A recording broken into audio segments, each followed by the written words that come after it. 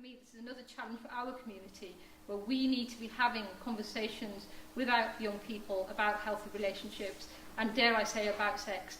And I know the Imam's here, and I'm not going to put him up to kind of talk about Islam and what it says about exploitation, because whether it's the Imam, whether it's your priest, whether it's the rabbi, whether it's the father at the vicarage, all of them will say to you, the Bible, the Torah, everybody says exploitation of women and violence against children, all that is wrong. I don't know any religion that says it's right, but it's some of the perpetrators within that religion that kind of carry out these acts. I'm going to very quickly ask Chris McCurley from Ben Hall Bell to come and talk some about the legal issues that we have, because there's a lot of talk about victims and kind of listening to the voices of victims and survivors, but unfortunately a lot of victims don't necessarily have the access to justice that they should do. Chris is just going to talk to us for a few minutes about that. Yeah. First of all, that's the first time I've seen that film that Shaista's shown us today. So powerful, so amazingly powerful. And also I'd like to thank her for sharing her research with us, because it's just such a powerful tool. So can you join us again? Thank you.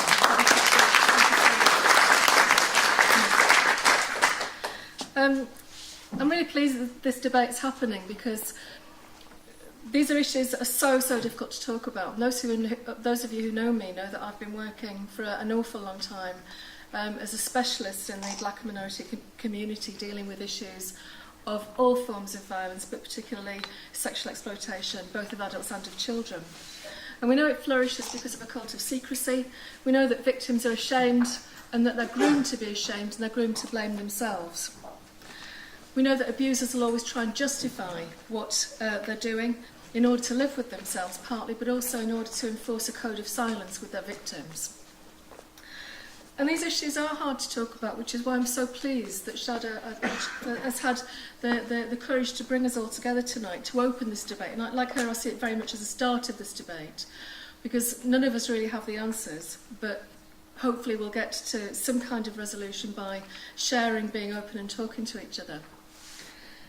In recent years, there's been a lot of anxiety about the identification of certain groups of men with a long history of serious and chronic child sexual exploitation.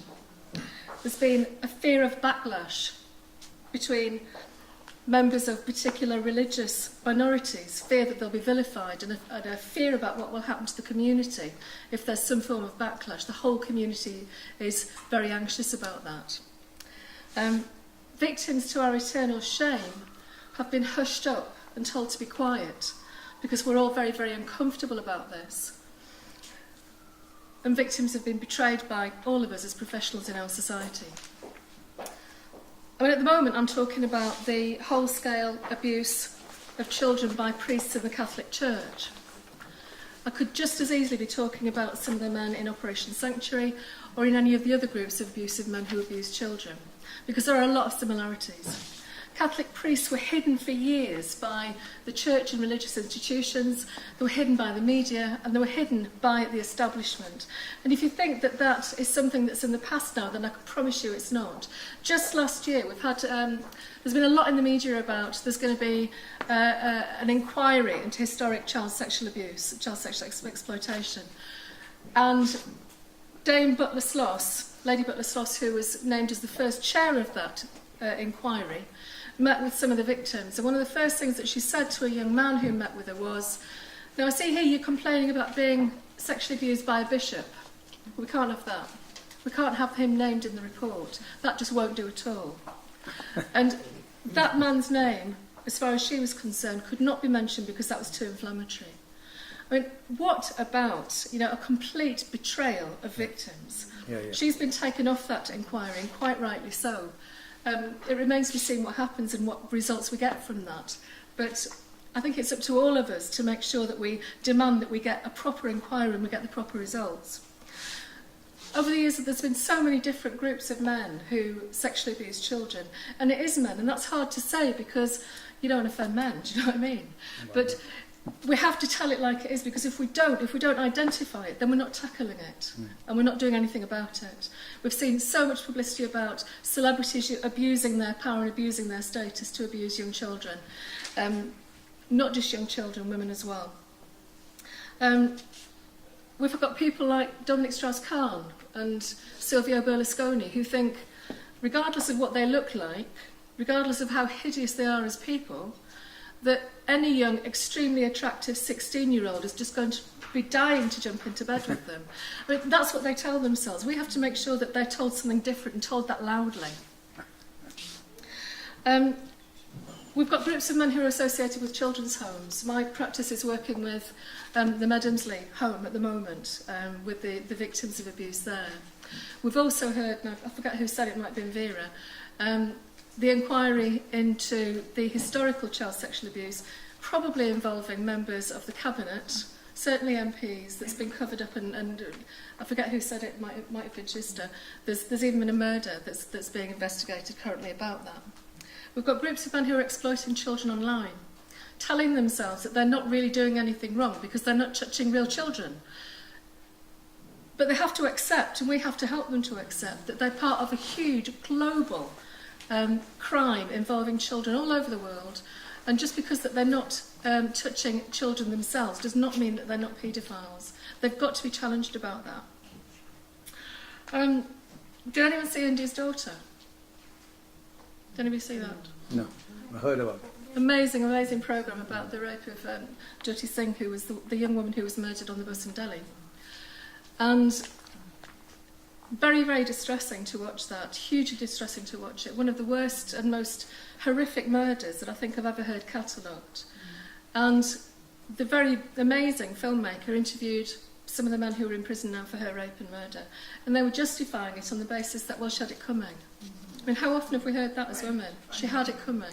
She deserved what happened to her because she shouldn't have been out at night. She shouldn't have been out with a boy.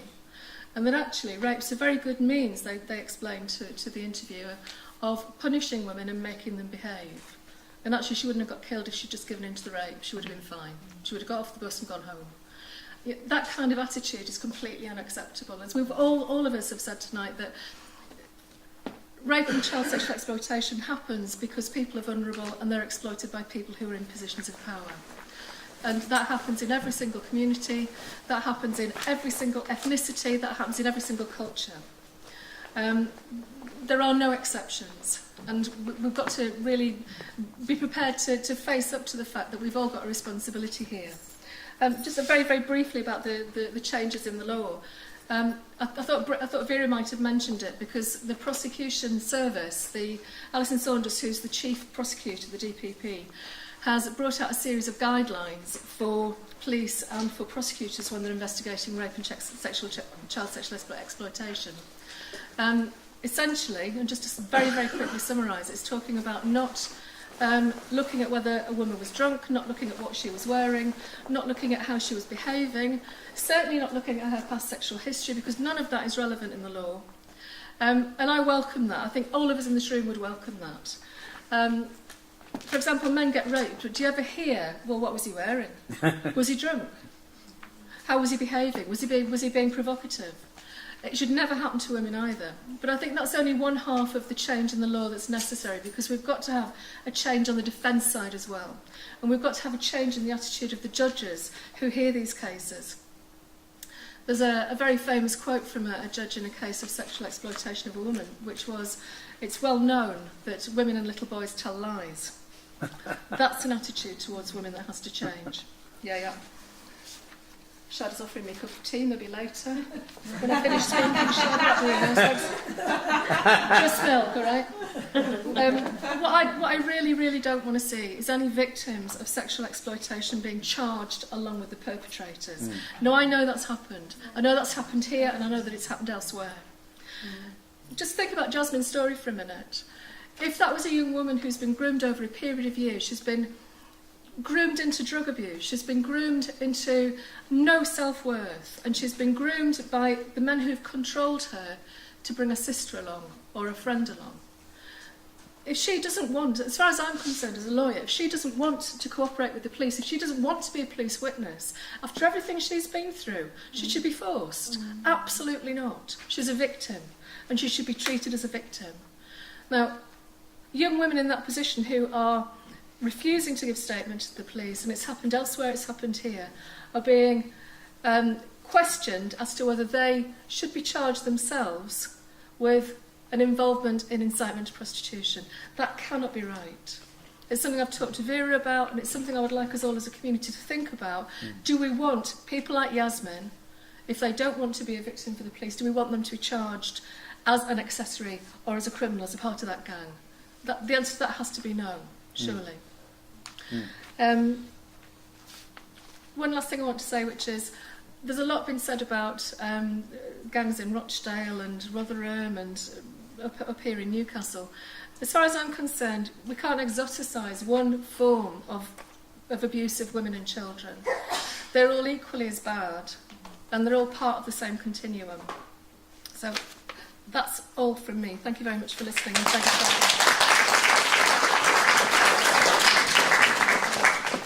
And I think for me, this is another challenge for our community, where we need to be having conversations with our young people about healthy relationships, and dare I say, about sex.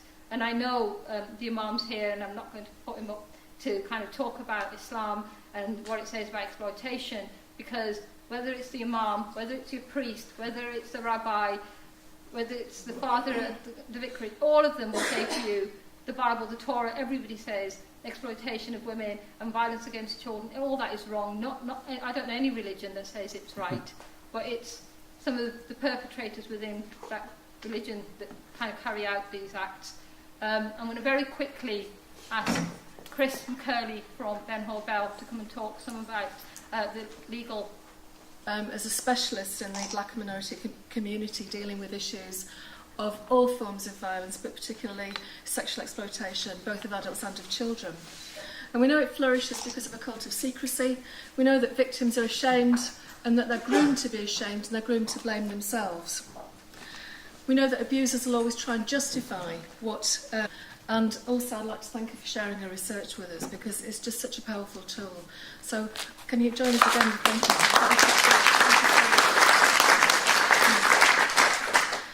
I'm really pleased that this debate's happening, because these are issues that are so difficult to talk about. And those of you who know me know that I've been working for an awful long time. Issues that we have, because there's a lot of talk about victims and kind of listening to the voices of victims and survivors, but unfortunately a lot of victims don't necessarily have the access to justice that they should do. And Chris is just going to talk to us for a few minutes about that. Yeah. First of all, that's the first time I've seen that film that Shaista's shown us today. So powerful, so amazingly powerful.